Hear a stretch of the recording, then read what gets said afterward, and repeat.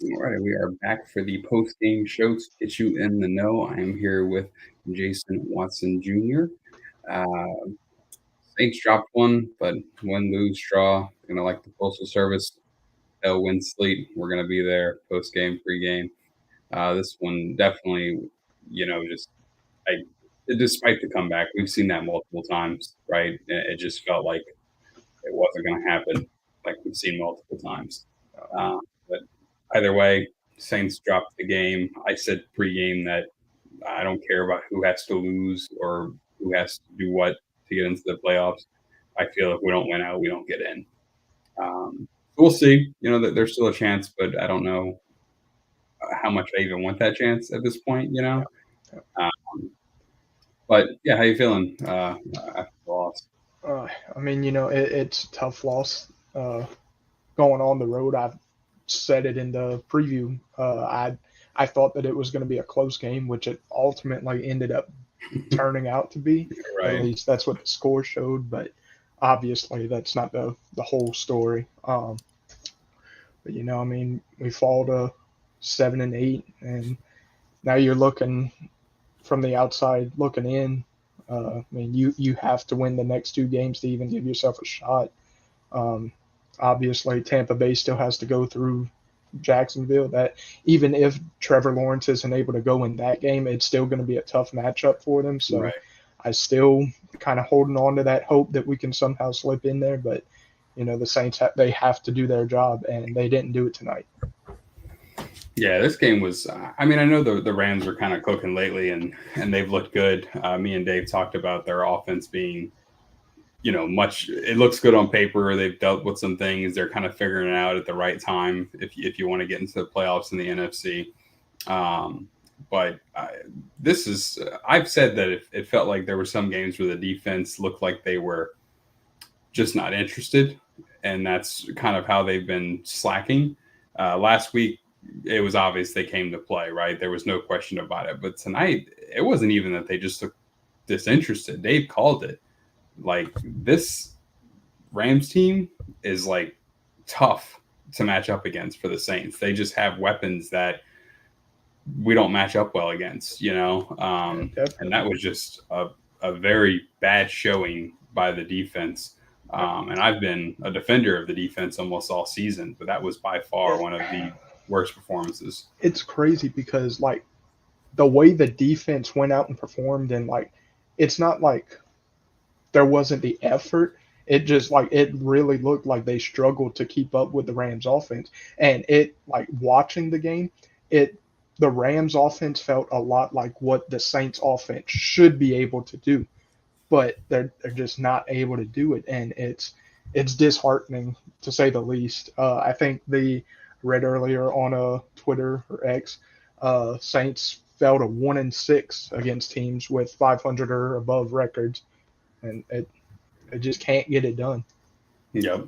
Yeah, that's like the biggest reason. We talked about in the pregame, any given Sunday, the NFL is that league where you never know what you're going to see.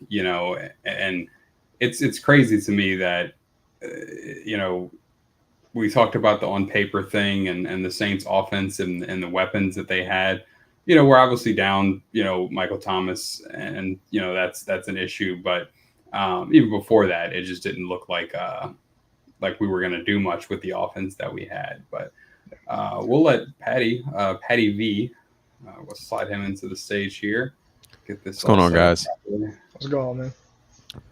What I miss? How deep have we gone? Not too deep. Just talking missed opportunities is kind of what's going on with the Saints lately. It just dropping the ball when you can't drop the ball, and not running right. It just felt like this is one of those games where last week we kind of saw a complete performance, and now we see the same offense that we saw all season. So, um, Yeah, and the it's Rams it. might be good. That was the other conversation. They might be, and even if they are, maybe it's the perfect storm, right? Like you probably saw me. I know you follow me on Twitter. Not everybody does, but you do. You probably saw me going in, man. I hit a point this week where I've given them the benefit of the doubt all week long, all year long. Even last year, I've been hating on Dennis Allen within my household. I haven't said it publicly. I give him credit here and there, and I think he's done a lot right. But man, this week it's kind of come to a boiling point for me. We're 7-8 now. I said maybe it's a perfect storm. Like, yeah, maybe the Rams are good, but at this point, like Dennis Allen's like what 1-15 or 1-13 against teams above 500. The writing's kind of on the wall for me. Maybe not for everybody, but tonight, watching this game, seeing another game where it's just like what are we doing? Like it just feels so just bleh. Like I think Ryan Fitzpatrick post game said it best. Like the Saints really didn't impress me tonight. Like, yeah, I know that they came within 8 at one point, or I guess the final score they came within 8, but it didn't seem like they came out with energy. It didn't seem like they were prepared. It seemed like they were just going through the motions, and that's frustrating. And that is who they consistently have been. They've consistently been inconsistent. I think Kamara said that weeks ago, and then Dennis Allen kind of blamed him for it. Like, I don't know. I'm at the point, and I know that I'm going on a tangent here. I'm at the point where like, get rid of them, get rid of all of them. And I know that that's not what this show is for. We're doing a post game show, but I'm a little frustrated here, and I don't see it getting better. I'm saying this too, and I know next week Dennis Allen and Derek Carr are going to come out and they're going to hit us with the nonsense in the interviews, and they're going to come out and probably perform pretty well, and I'll be right back on the train and be like, "Well, we can make the playoffs." No, I don't care. Listen, let's close the book. Let's close the book.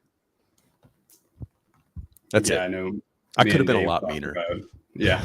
Me and Dave talked about pregame, and I told Jason this when he came on. I said that I don't care what has to happen, who has to win, who has to lose. We need to win out. That's the only way this team convinces me that we deserve to be in the playoffs. There's chances of other teams winning. I don't care. Like, this is it. This was the game for me that was that, right? It was win or go home for me. Even though there's still a chance, I don't want that chance anymore. We don't deserve it. The Rams are obviously the much better team right now. But yeah, no, I know Jason alluded to it in the first portion of the show that, that just this season, the Saints are 1-7 against 500 or better teams.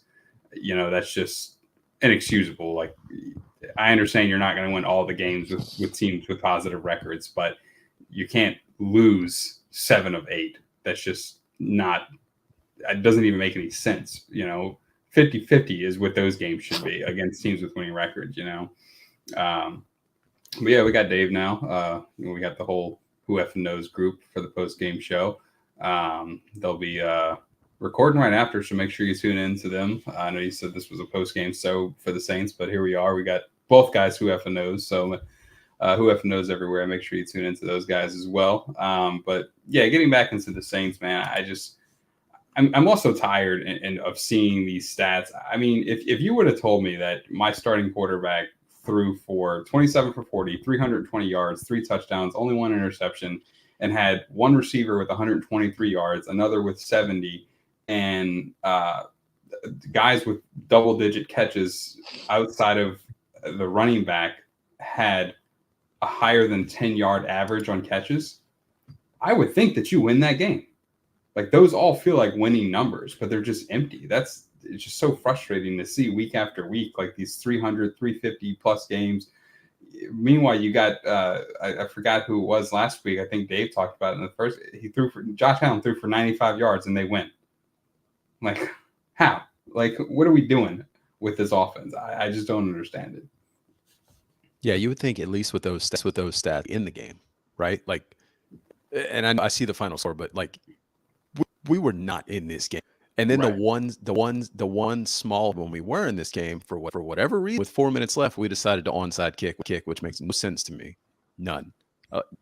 I'm so from walking away for sons. Like, I just don't understand. It seems week over week, it's different. There's consistently it's been pressure on Derek Carr, and he's not good under pressure, which we should have seen. But It just feels like even outside of that, maybe it's Pete called game. Maybe it's Derek Carr had a bad game. Maybe it's Allen made bad choices. It's something different every game. Maybe it's turnovers. Maybe it's penalties. Like, it's It's ugly. It's ugly. This is not a good. Yeah. If nothing else, they've had continuity this season, right, guys? What was the Yeah, from last. what was the sentence in the Chargers statement about letting go of Brandon Staley? Doing or continuity for the sake of continuity's sake or whatever it was. You know what I mean? Whatever they said in that sentence completely summarized. Like you could have just put the Saints logo, Gail Betts' signature at the bottom, and it would be the exact same reasoning that we should have for letting Dennis Allen go. Like this is like I don't want to get on here and be like, yeah, fire everybody, like Patty said, because that's not what we're trying to do with the show. But at some point, you reach a breaking point, right? Like, I'm okay being that y'all being like, no, if I can be the one guy, the a-hole, and I don't mean to be. That's not normally who I am, and it seems like a phenomenal guy. His wife, by all accounts, is a great, not the rabbit hole. His wife is a great woman. People that know his, and they all seem phenomenal. As a Saints fan, I think. Sorry, I mean, I'll just continue to hate you, be the hater. No, I think it's fair. We all we spent however many weeks kind of trying to be fair about it and not just getting on here and saying firing everybody this and that. But like, dude, at some point you like what else is there to do?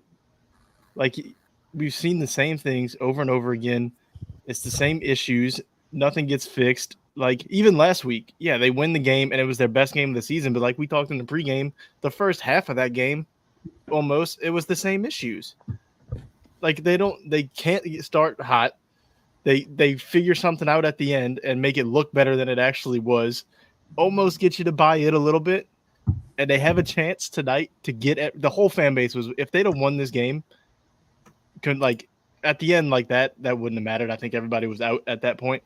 But if they had competed throughout this game and won this game, the fan base would have finally, I think, bought in a little bit. And they dropped the ball again. Like I don't know, man. I'm with you. Like I kind of just want to rant about it all, but it's like at this point, it's like just repeatedly chopping wood, right? Yeah, absolutely. Jason, do you want to hop on the vent wagon, or are you going to defend the Saints? I mean, it's just rough, because I really think Dennis Allen's job is riding on next week, because I feel like if we do find some kind of way to win these last two games and we sneak into the playoffs, I don't think there's any shot in hell that they fire Dennis Allen, to be honest. Because I feel like that will have been enough to solidify his job security, even though it's not deserved. Dennis Allen has not done anything worth having this head coaching position, and I really hope that they move on from him. But it's all going to be dependent on whether or not the Saints make the playoffs, to be honest with me. Let me ask you this. Like the game is the game, right? I know this is a post-game thing, but you talk about the game. You don't really need to say anything. Let's talk more big picture for a second before we get out of here. Do any of y'all actually have faith, no matter the outcome of the season, that they make the right moves? Because like for me, they've shown me nothing that makes me feel like they're gonna do what needs to be done. Like, do we actually believe they're willing to cut ties and move on, or do they come up with an excuse to just run it back again? Like you're tied up with the quarterback situation. Unless you go draft somebody else, like there's nothing else you can do. But personally, I think even if we get a top 10 pick, I'm not even expecting them to draft a quarterback. No. Like I just think they're so stubborn that they're not gonna do it. So I just wonder if anybody else feels the same way, or if it's just me. No, I mean I'm with you on that, Dave, because I think it's just kind of from a football standpoint. Like, I feel like our head coach and our quarterback situation are 1-1 because we're not going to draft a quarterback, even if we end up with the top 10 pick. I don't believe we will. As much as we need to, personally, and as much as I would like them to, I don't think it's going to happen because you're not paying $150 million to a quarterback to go and draft somebody else to compete for that same position. unheard of, honestly. And then I feel like the head coach situation is going to be the same because you're not going to put your faith in Dennis Allen now and say, okay, we had this off year, we had the previous off year. I feel like there's going to be a point where everything's going to hit the fan and it's going to be a total complete rebuild for the Saints. But that's not going to come until after we figure out this contract situation between Allen and Carr, because I feel like they're a pair. Yeah, I don't know. I don't get the vibe that they're willing to do it. To me, the earliest that I think something happens is like mid-season next year. Like, to me, it's almost like they're gonna be like, "Go ahead, Petty." So silly. That's so silly. I agree, but like, am I wrong? You're not wrong, but that is the to make. Like, Mickey has bought himself literally, maybe not literally. He has earned enough credibility, and ownership literally to where he can make whatever move he wants. He doesn't have to sit back and just a mediocre coach. He can be as reckless and as loose as he wants, or people perceive that way or not, and make a change. He could change immediately. He should, but I don't know. Waiting until next season, halfway through, you're wasting a whole nother season. It's silly. Like, if you see it now, the move, and that is my same. I want to trickle this thing down, and this is even more so why I believe this needs to be gone. Whether you think he's a great head coach or not, Dennis should have gotten rid of Pete at the end of the season, and yet we went through all these mediocre weeks, and we got halfway through, and we're like, fire him, and he's like, no, I'm not going to make any changes. Okay, at that minute, if I'm Mickey, I'm like, cool. Sorry, but that is your job to make these decisions, and you wrong decision, and you're going to be gone too. Like, you got choices in this world that they live in, and if you don't deserve. Yeah. No, I had a theory when Sean Payton left that Sean Payton, I think we all knew, had a lot of control over the franchise. And I think the one thing that Sean Payton didn't have control over was the reason that he left. I think Sean Payton wanted to draft a quarterback after we missed out on Russell Wilson. And the Saints probably told him, like, no, like, this is who we're going to draft in the first round, or this is what we're looking at. We're going best player available. And that's when Sean Payton was like, okay, well, like, I'm done then. Like, I gave you guys my conditions. You've let me have free reign all these years. Because, I mean, Sean Payton, I don't know, the year that I can't remember the guy's name, but he was the oldest assistant coach in the league at the time when he came back when Will Lutz was kicking real flat. He came in and changed the special teams, got Will Lutz to put the ball up in the air like he should. And Sean Payton did that, like, whatever his name was. Yeah, he did that like week 3 of the season. Like, he made that adjustment very obvious. Like, he made a change and he did what you had to do to play winning football. And that was, we're seeing it this season, right? Like, Sean Payton's making changes to win football games that matter. And I think that, and I go against the grain here, and I do think the Saints will show us that, like, they're either going to, like, make a change or at least make a statement somehow in the offseason. How they do that, I don't know, because when you look at the Pelicans history, right, it's not like they're a different owner. When everybody's like, oh, Gale has too much loyalty to Loomis and this and that. But I mean, Gale pretty much replaced Loomis on the other side. Like, when the Pelicans weren't doing what she wanted, she pulled him off. Now, did she demote him? No, she essentially promoted him. She was like, okay, like, that's not working for you anymore. Take another position. We'll bring in a GM, you know. So I don't think she's going to fire Mickey Loomis per se, but I do think that, you know, there's a conversation to be had between her and Loomis, and, you know, pretty much saying, like, hey, you know, Sean Payton was making these decisions before. We trusted him. We don't have him anymore. I need you to make these decisions now. And I have faith in Benson doing it. I don't know if I have faith in, if she gets involved, it's going to be too late, right? But I don't know if I have faith in Mickey doing it. So who knows when it happens, but I do have faith in Benson, not so much Loomis to do it, unfortunately, just because we haven't seen him like we saw Sean Payton make these decisions that were tough decisions in the middle of the season to go with A over B or something like that. So, but that's the only way I go against the grain is I do have faith in ownership, maybe just not leadership, I guess. You know, she stays mostly uninvolved unless she has to get involved, like she did with the Pelicans when we fired Sam Van Gundy and made a lot of changes there. So my faith is just at it's just at an all-time low right now. Like right. I don't know if it's emotional in this moment or what, but like even if they make the moves, like is this even an attractive job? Like for some right. like you're not gonna get Ben Johnson when the Chargers opening is there. Like right. is With a much somebody younger and more promising quarterback.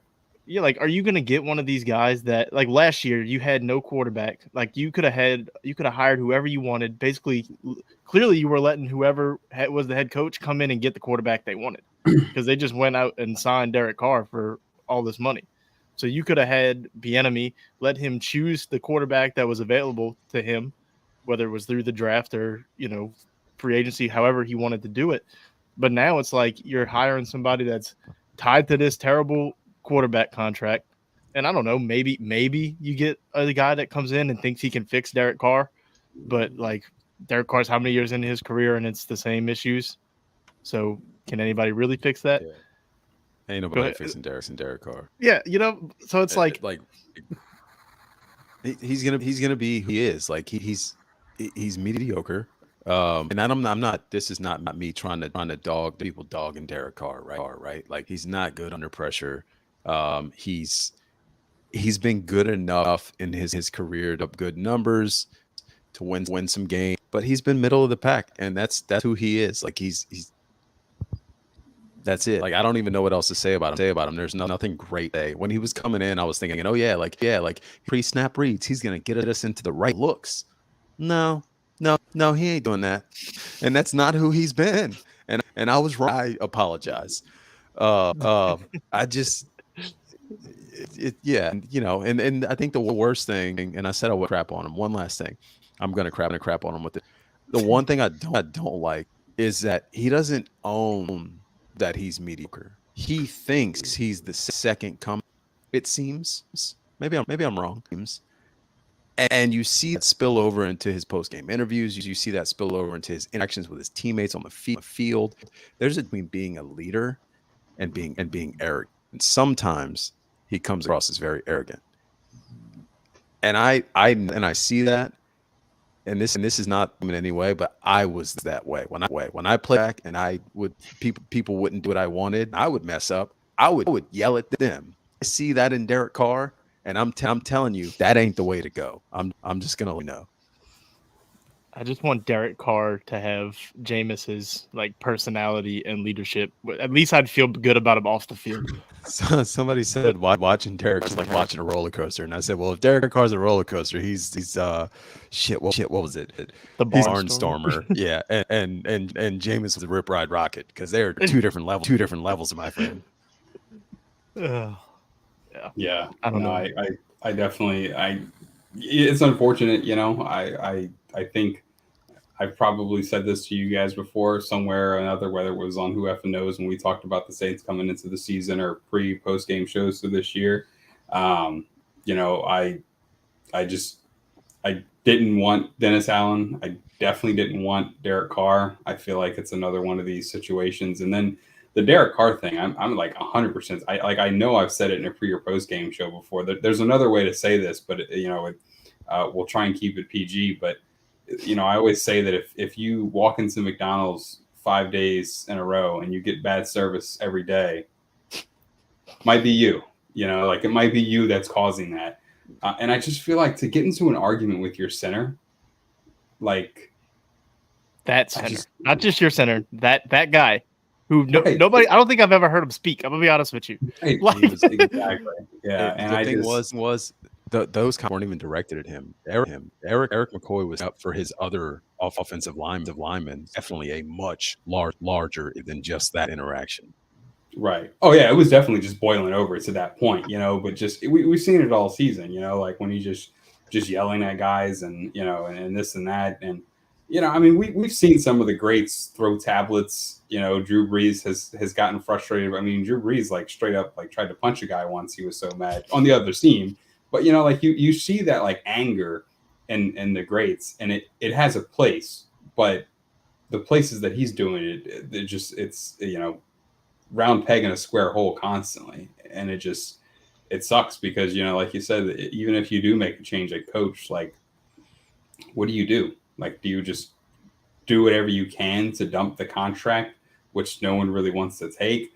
It's not like the NBA where you have like these expiring contracts and stuff like that where you can dump them and make things work with cash incentive. You just can't really do that in the NFL. So you're just kind of stuck, and I really think the only way you Derek Carr was told last season to go home and not come back, right?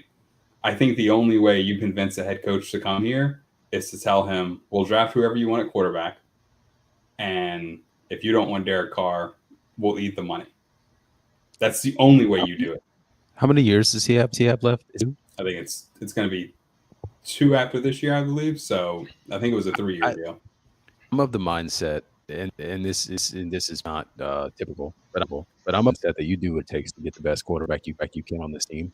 And if that means you wasted $100 million on Derek Carr, then that means 100 and whatever million. Like you don't sit in mediocrity just because you're tied to it with money. Like if you buy a terrible, you're not going to keep using it, or maybe maybe it's a different mindset. You're not going to keep using something that pains you just you spent money on it. Like you'll get rid of it, and you'll stick with $3 or whatever you bought, right? Like it is what it is. You own it and you move past it. Like if you can go get up and get a rookie deal on a rookie deal, and he's going to help you in games, then you do it. But that's the leadership. I think that's where the leadership comes into play, because I don't think the Saints have that leadership mentality to just go ahead and say, hey, we were wrong, and to eat that $150 million loss, $100 million.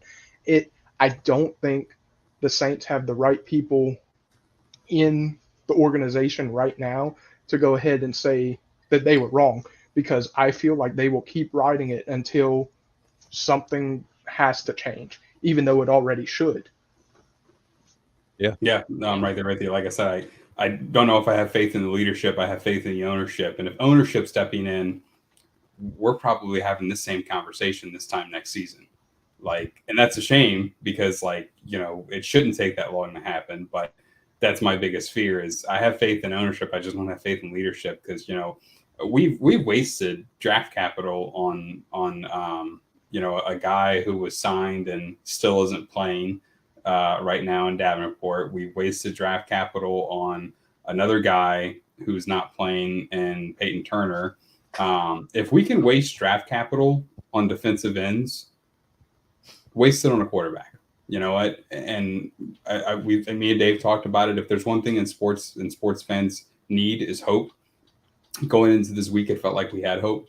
I'll just say it. You guys know I'm really non-Tulane nor LSU fan. I just kind of like ride the ship and watch both teams hate on each other, and it's fun. And I like competitive football, so LSU and Tulane these past couple of years have been fun to watch. Just go get them. You know how much hope that would put in the fan base? We've all alluded to trading up for a quarterback. Who are we talking about, right? Jaden Daniels. I'm of the mindset, and I've said this on our pod before, like, I think you should be drafting a quarterback every single year. Not saying first round every year. Like, you should be drafting a quarterback every year, whether it's a 7th round dart throw or a 3rd round guy. Like, if the Saints had been doing that for the entire time we had Drew, maybe we're not in this position. We drafted one, I think, while Sean was here with Garrett Grayson. I don't even know if we drafted another one after that. But I even though I remember, I think I told you guys one day, random group message. I can't remember what the exact stats are. The Saints haven't drafted a quarterback in the top 3 rounds. They've drafted like one in the last 20 years. It's something ridiculous. Like, or maybe even more. Like, it is insane how often refuse to draft a quarterback. Yeah, I mean, it's too important to just ignore it. Like, look at what the Commanders then Redskins did with they had RG3. They took RG3 with a top 2 pick and still drafted another guy later in the draft, right? And it ended up working out, pretty good for them, for what Kirk Cousins was. But like, Yeah, you like that. Yeah, I would like it if we would do it. Yes, but no, that's just my mindset. Like, I think they should be, even if the Derek Carr situation played out like they thought it would, I would still be drafted somebody. Like if Michael Pratt was there in the 3rd round, 4th round, whatever it is, like, you draft him, and he's just there. And if he ends up being good, he ends up being good. If he ends up not being good, then whatever. Don't make the face. It's crazy to think, though, because how much are the Saints willing to listen to the fan input, honestly, from both sides of the perspective? Because I would love to draft Jaden Daniels. Who wouldn't, honestly, at this point? But we have fans in the stadiums fire Dennis Allen chants. We have signs fire Dennis Allen. We have T-shirts fire Dennis Allen. But I don't know if it's going to happen. And I can't say with certainty that the Saints, given the opportunity, are willing to draft a quarterback. And that's the sad reality. Yeah. At this point, every draft pick should be a quarterback because, at what other position, do we really have a deep need? Linemen. They've cleaned up their act. I mean, they started off rough with the new blocking schemes and things like that. And I'm just going to say that, he's walking into a McDonald's with that lineman group right now. I don't think they respect him. I don't think they like him. They're probably pulling a longish yard on him. They're not putting their best foot forward, and should they? No. But are they? Probably. Same thing with the defense. The defense showed last week that they can ball out. Did you see that same energy this week? No. Dennis Allen challenged them. They said, "Oh no, we're still here," and then they took the night off tonight. I'm not saying I know for sure. To be fair, you're facing Tommy DeVito versus Matt Stafford, and but still, I mean, DeMario came out and just one of the best quarterbacks, or one of the best receivers to ever live, and then apparently another guy who's just as good as him. It's a different game there. Kylie of Mafford. Oh my goodness! It finally happened. Well, I compared Matt Stafford to Tommy DeVito. Let's be real. Okay, fair. To take from what Jason said too, right? Like everybody's wired in Dennis Allen shirts, all these things, but and I'm not saying that they should listen to the fan base, but to the fan base when it comes to the anger about it's on the field, right? Like there has to be something about that. So taking it a step further, when you're booing the offense, like have you ever seen Saints fans boo their team? It hasn't been since the Hazlitt era heard boos in that dome. 14. Like it is just insane that you're booing a quarterback running on the field, and then when he's replaced, you're cheering. Like they hear it because they're not even announcing him for pregame anymore. Like they're avoiding putting him in front of people, so it's like they hear it, they know what's happening. The boos are only getting quieter because less people are showing up to the games. It's going to take Alvin Kamara showing up pregame in a Fire Dennis Allen shirt for it to happen. No, the Saints probably just find Alvin Kamara and sit him on the bench next to Alontae Taylor, even though Yedem is getting burned. You got Michael Thomas and probably as Michael Thomas is this rogue. Michael Thomas tweeting out all these bad things about that are happening on the field, and like it's obvious, like where from. And nothing's happening about it other than he deactivates his Twitter and like it gets swept up. Like it's ugly, and we can refuse to admit it's ugly, but it's and something's got to change. Yeah. Oh, and then while I agree with the things Michael Thomas says, that would not have flown under Sean. No, you would have never seen Mike again. You know what I mean? Like those kind of things got Brandon Cooks out of here. As talented as Brandon Cooks was, he was gone because he said one thing, right? So don't get fed, Dave. Michael Thomas went from playing on an injury that could have ended his career, trying to help us to make the playoffs, to going on that rant about his head coach and his quarterback. Like that's a pretty drastic difference. So clearly he's a guy that can be coached, and it's just not happening. But and he's a obviously when he's on the field, he's a otherworldly talent. But there's a time and a place, and he felt that was the time and the place. Man, I believe Mike truly loves this like city and organization so much that he is legitimately a fan of the team. Right.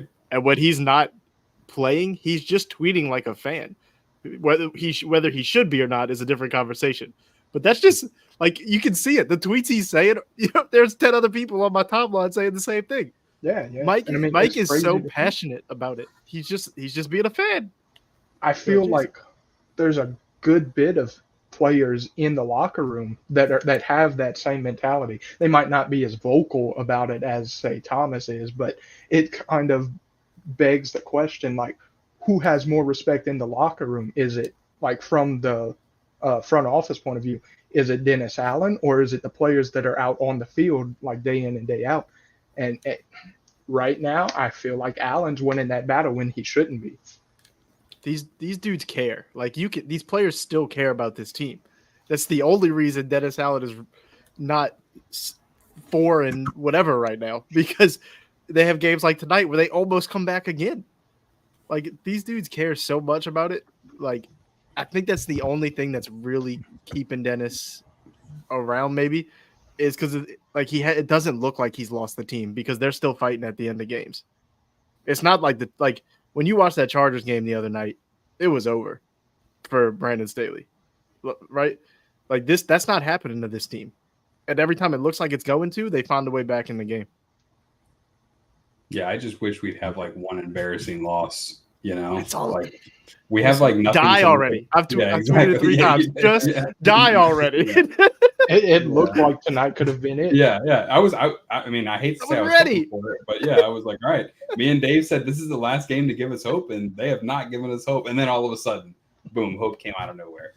But I'll say one thing about the Michael Thomas tweet, rant, whatever you want to call it. I still want to know what trick play he was talking about.